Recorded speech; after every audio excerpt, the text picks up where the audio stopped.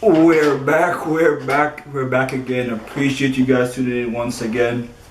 If you don't know, it's Terell, your favorite realtor, back again to give another book review. You guys, I've, like I said, received more, critiques, making small changes. So I moved the location. Now you can see is my kind of my library right here. We have about 60, 70 books here for Gucci Mane, Michelle Obama book, Educated, Ray Dalio, Investing, Kevin Hart book in the corner. We have so many books here. So I was like, you know what, I should change the location, bring it to my library. So I'm glad you guys can see it, check it out. I know you guys read the title, another book review of this book right here. Oh, you see The Way to Wealth by Benjamin Franklin. But yeah, this the book we're reviewing right here. Influence. You see this right here. This is the I like to read. I have this. It's a great investment. It was like $12, $15, and now I have to like find light when I'm reading. Let's click this on and it turns on. Good investment. But yeah, we have this book right here, Influence. You see that. Let's just get right into the book. I don't want to hold you guys too long. It's by Robert B. Cialdini. I read another book from him, Persuasion, and then I read this book, Influence.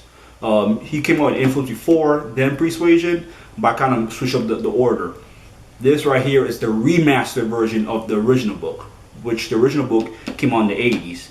And let me just tell you right now, this book right here is dense and long. It's 440 pages, which is whatever, but it's very, very wordy. I mean, I'm gonna show you a little bit right here. I don't know if the camera picked that up. Let's see you see that? Yeah, a lot of words. But yeah, so let's talk about the author. Robert B. Cialdini is an American psychologist and academic. Teaches at Stanford University. I believe he graduated from Columbia University. Yeah, I originally bought this book. Started reading this book about a month ago. It took me about a month to get through this book. It's just that long, doing all the things, the book. But this book's just, dense. So this book just talks about influences, right? Yeah, let's get into the book. The book talks about influences in small stuff that you might not realize that influence takes a control of you. And this book kind of teaches like psychology and everything like that.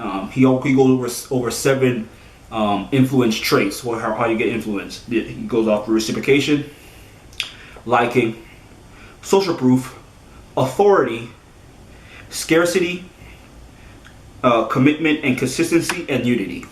I like how he goes in this book. How he does in this book. This book he starts off with he goes into the topic, which like I said, that's the reciprocation.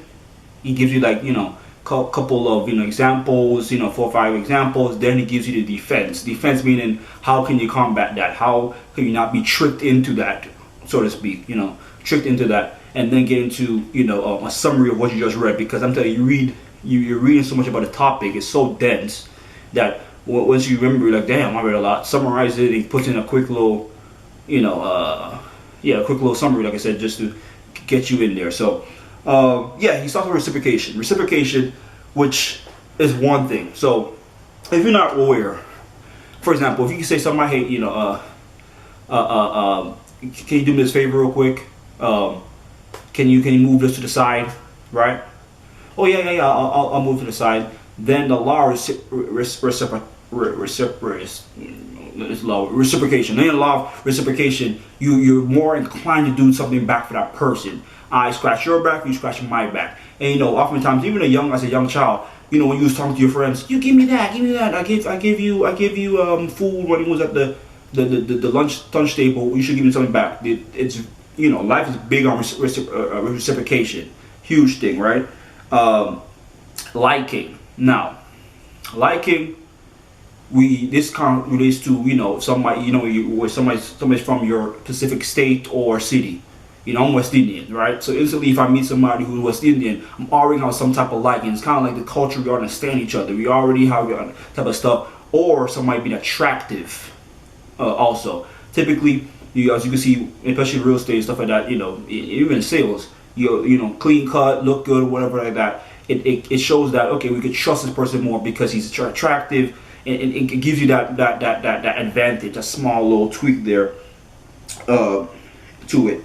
And yeah, and people are similar to you. Like I said, you play basketball, I play basketball. Okay, I already like you from to jump. I could maybe listen to you more because you already pretty much know the lane. We pretty much know my life for the most part. Social proof. That's another one of the psychology influences. Social proof. Now he kind of talked about in a book where it showed that people, they had somebody who needed help on the side there, and then, people was walking past them, like he didn't know what to do. But once they were made aware, hey, can you help me? People start helping, and the social proof, you see everybody kind of lining. You ever been to a place where you, especially like high school, whatever, or like or any school or whatever it is, you kind of lost. You don't know where to go when you go to a new facility, whatever. You don't know what to do, so you just start looking around, and what you instantly try to look for is people, a group of people. Oh, that should be the right place to go. I see a lot of people going here. That's where we should go. You constantly look for social proof. Even, especially if you, let's say, let's talk about romantically, as a guy, okay? If you're gonna talk to, let's say, a female, and then you have your boys with you, but you're 5, 6, 7 boys, and then they get to the football team, whatever. Social proof, she will already like you more because you're already certified within the group. The group already seeing you. You want them boys.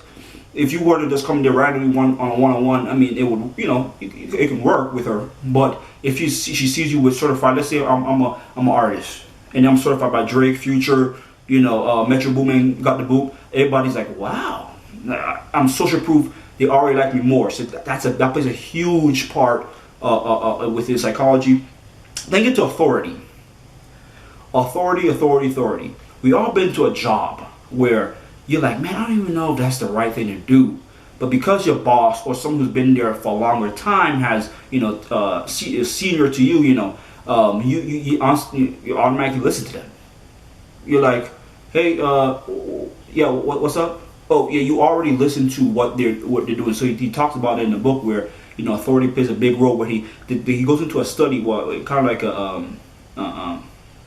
a trial, a test, a testing thing where they had it to where he was testing somebody. They had to study, and then they end up in a shock chair, and the person behind the glass was the person who was actually being tested. The person who's being tested doesn't know that this was actually a stage thing. They think it's real life. So every time the person answered the question wrong, the scientist would tell the test subject to press the button, give him a shock. The shock will increasingly get higher and higher. So what happens is he gives a shock, he gets it wrong. What happens is the person on the shock chair, the actor, now starts saying, man, the shock is getting too much, I'm crying. He's saying, please let me out of the chair, whatever. But although the guy said, man, the test subject was like, man, I'm feeling bad. Because the authority figure said no, give him another shock. It's surprising the study, the number of people who actually went ahead with giving the person a shock, even where it seemed like it was kind of detrimental to the human being, almost kind of like homicidal, kind of like you killing the person. He still went along about it. So authority is a big thing. That even when you go to like a police officer comes around, everybody starts, okay, 9-1, put your hand on the, we call this 11 and 2, whatever it is, so that's a big thing right there. Scarcity, the big one as well. You ever watch those commercials where you sit down and you're like at 3 o'clock in the morning and say, buy this now, you only have 24 hours or 30 minutes or 40 minutes. It develops that kind of, I need to get this right now. Need to get this right now. Commitment and consistency. Commitment and consistency. I mean, being consistent. Oftentimes, people, if you're already committed, as far as, for example, they did like they went to a neighborhood, and they said, no, that was a different study. Nonetheless, this is the commitment and consistency when you're already pretty much in the door, right? I know he's talked about one time where you go to somebody and say, hey, like say you're in the mall and you go to somebody and say, hey, how are you doing? Yeah, we're doing a study, do a quick little couple questions. So, would you consider yourself adventurous? The person would say yes. Well, perfect. Well, we have this thing that we want to do, that yada yada yada. Because they already committed and they want to show they're consistent with what they are, adventurous. They have to go along with it, right? They already have to just kind of fall in place with it because you already committed to the decision. So that's a big thing where small stuff like people give you samples of the food. And he talked about he was going to eat. He was going to try a sample, and the girl asked if you want to buy 14. He's like, well, no, but how about you buy 6? Kind of, it's that small stuff there. And then unity. Now that's the big one. This unity is a big thing right now in as far as politics and stuff like that. Your team. If oftentimes he talks about it where. If you're on the blue side or the right side or the red side, whatever, you pretty much kind of, because you're so tribal and you're so with your team, you kind of act, just kind of, even if they find out that, let's say that you're a person that you're rooting for did something bad, you would more likely just forgive them for it, like in the Catholic Church where the priest was doing a lot of the molestation and stuff like that. But guess what? The church kind of shunned because they're part of the group, the unity, where wherever comes on politics, as far as Democrats or Republicans, a lot of times you say something to somebody like, well, they'll come up with excuses for their side. It's just like sports, it's just like you die hard. So unity is a big thing into it. I went into a lot there, but pretty much our brains are set up to go off a click run response. So there's a lot of information that's being processed at one time. We as our brain try to simplify everything. So we try to look for those influences, those key points to make a decision. Oh, that person is handsome or pretty, okay, I should trust them. We try to look for things that's quick and easy to process. Okay, social proof, people are going to this location, so therefore that means I should go there as well. Because we're not trying to think and rationalize and stuff like that. We're processing so much information nowadays, the information era. We're just trying to make quick decisions. Oftentimes they're right. Oftentimes that's the right decision to make. So what was my favorite part of this book? My favorite part, my favorite part of this book, honestly, was the authority one. He talked about how they did a study, right? He had one guy who went to, he was like they had him do with 3 different setups where he goes to the classroom, he's a substitute teacher. He goes to the classroom, he's a actual professor. He goes to the classroom, he's like the top dean of the, what ended up happening was when they asked the people how tall was that guy within which with different students, it's each student, for example, the same guy, right? Same guy. He was the substitute teacher. Now went to a different classroom. Now he's the professor, whatever. The height difference they gave him was 3 inches, meaning that with your titles gives you the perception that you're taller and you're more. You ever think of somebody like, man, you meet somebody in real life, you're like, man, he's shorter than I thought he would be. Because they have the title, because of the status, you already give them a height advantage, which I thought was very cool. And that's why I like the book. But this, like I said, this book is very dense, it's very long. In my opinion, it's a very good book, but it's definitely a sit down and read. And you gotta it's not a beginner's book right here. It's not like I'm starting to get into reading, whatever. No, it's none of that. It's you've been reading and stuff like that. And you might want to challenge yourself in a different 500 pages, but very dense, very much information. I recommend it to people if you want to learn more about influence and psychology and all that, and that's what your interests are. I 1 out of 10, 6.5. Honestly, 6.5. I mean, this book was a great book, but it felt like just a lot of information, man. Just a lot.